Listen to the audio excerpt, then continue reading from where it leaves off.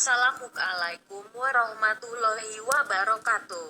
Pada kompetensi dasar 3.12 ini, Pak Edi Widodo akan membahas tentang menerapkan proses produksi massa.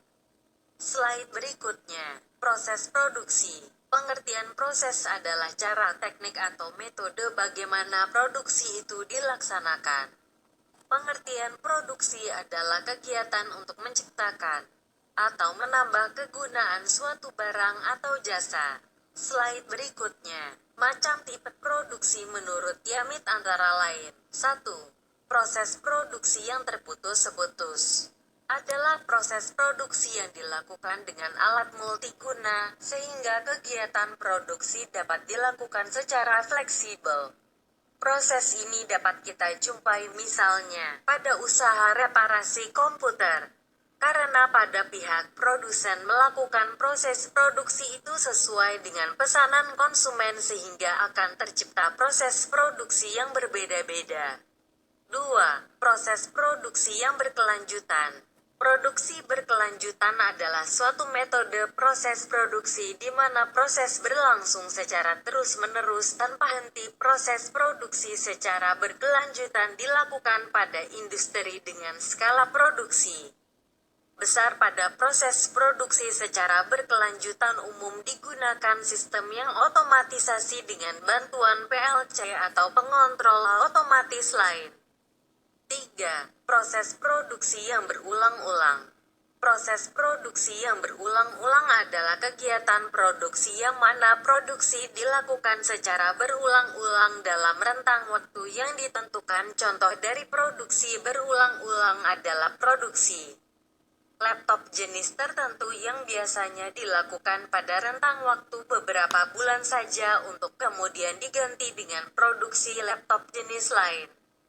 4. Proses produksi campuran. Proses produksi campuran merupakan proses gabungan dari proses produksi yang terputus-putus, proses produksi yang berkelanjutan, dan proses produksi yang berulang-ulang. Proses produksi campuran adalah proses produksi yang mana produksi yang dibuat adalah membuat barang yang berbeda-beda setiap hari. Proses ini dilakukan untuk mengantisipasi permintaan dan untuk mencegah berhentinya barang di dalam gudang. Proses produksi campuran biasanya berupa partai kecil. Slide berikutnya, ciri-ciri dari proses produksi yang terputus-putus.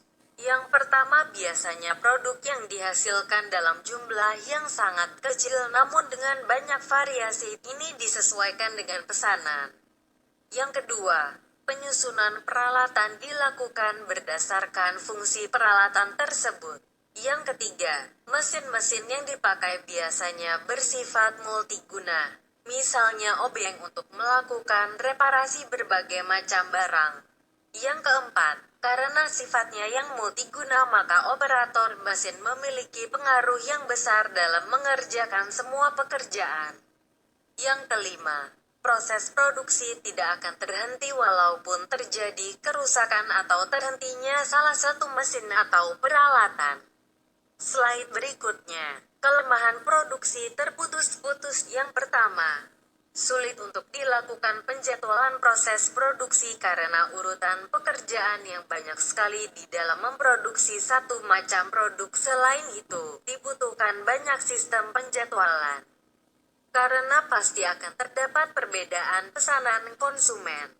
Yang kedua, oleh karena banyaknya proses penjadwalan produksi maka pengawasan produksi dalam proses produksi terputus-putus akan sangat sukar dilakukan.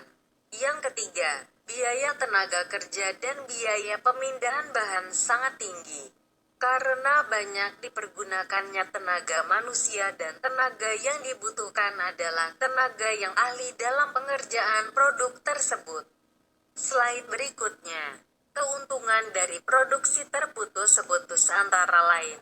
Yang pertama, mempunyai fleksibilitas yang tinggi dalam menghadapi perubahan produk dengan variasi yang cukup besar. Yang kedua, oleh karena mesin-mesin yang digunakan dalam proses bersifat umum, maka biasanya dapat diperoleh penghematan uang dalam investasi mesin-mesin. Sebab Harga mesin ini lebih murah daripada mesin-mesin yang khusus. Yang ketiga, proses produksi tidak mudah terhenti akibat terjadinya kerusakan atau kemacetan di suatu tempat atau tingkat proses. Slide berikutnya, kelemahan proses produksi berkelanjutan atau terus-menerus. Antara lain, yang pertama, terdapat kesukaran untuk menghadapi perubahan produk yang diminta oleh konsumen atau pelanggan. Jadi, proses produksi seperti ini khusus untuk menghasilkan produk-produk yang besar dan tidak mudah berubah. Yang kedua, proses produksi mudah terhenti. Karena apabila terjadi kemacetan di suatu tempat atau tingkat proses, maka kemungkinan seluruh proses produksi akan terhenti. Yang disebabkan adanya saling berhubungan dan urut-urutan antara masing-masing tingkat proses. Yang ketiga, terdapat kesukaran dalam menghadapi perubahan tingkat permintaan. Slide berikutnya. Keuntungan proses produksi yang terus-menerus atau berkelanjutan. Antara lain, yang pertama, dapat diperoleh tingkat biaya produksi per unit yang rendah. Yang kedua, dapat dikurangi pemborosan dari pemakaian tenaga manusia karena sistem sudah menggunakan tenaga mesin.